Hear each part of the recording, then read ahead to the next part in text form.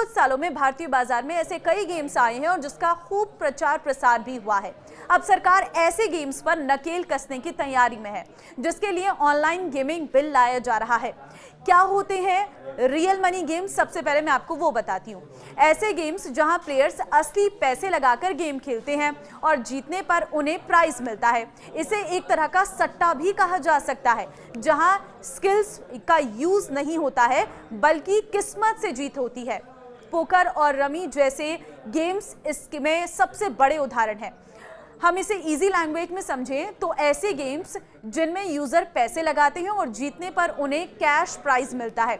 Real money gaming के अंदर BGMI, call of duty, free fire, GTA जैसे games नहीं आते हैं, क्योंकि यहाँ सट्टा नहीं लगाया जाता है। इन गेम्स में पैसा लगाने के लिए UPI कार्ड या वॉलेट का इस्तेमाल किया जाता है और इसके बाद प्लेयर्स को उस गेम को खेलना होता है।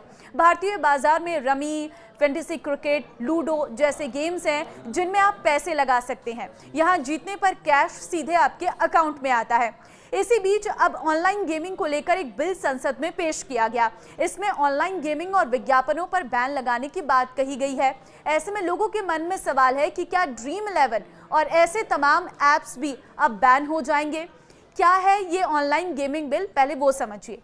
जिस बिल को कैबिनेट से मंजूरी मिलने के बाद संसद में पेश किया गया है, उसका पूरा नाम है promotion and regulation of online gaming bill 2025।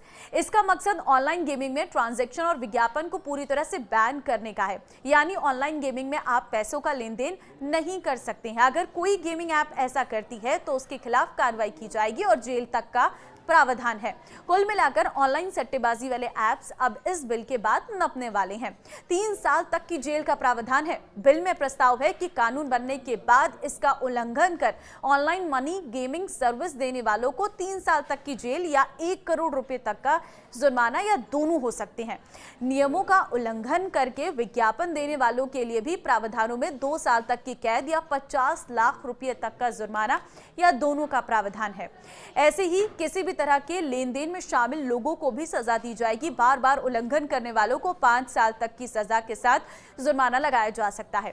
बताया गया है कि इस बिल के जरिए ऐसे ऑनलाइन गेम तो बैन किए जाएंगे जिनमें लोग पैसा लगाते हैं, लेकिन इससे ऑनलाइन सोशल गेम्स जैसे कि कैंडी क्रश, लूडो और ई स्पोर्ट्स को बढ़ावा मिलेगा, जिससे भारतीय स्टार्टअप्स को बूस्ट मिलेगा और गेमिंग का एक नया बाजार तैयार होगा। यानी बिना रिस्क वाले ऑनलाइन गेम्स को इससे बढ़ावा मिल सकता है। अब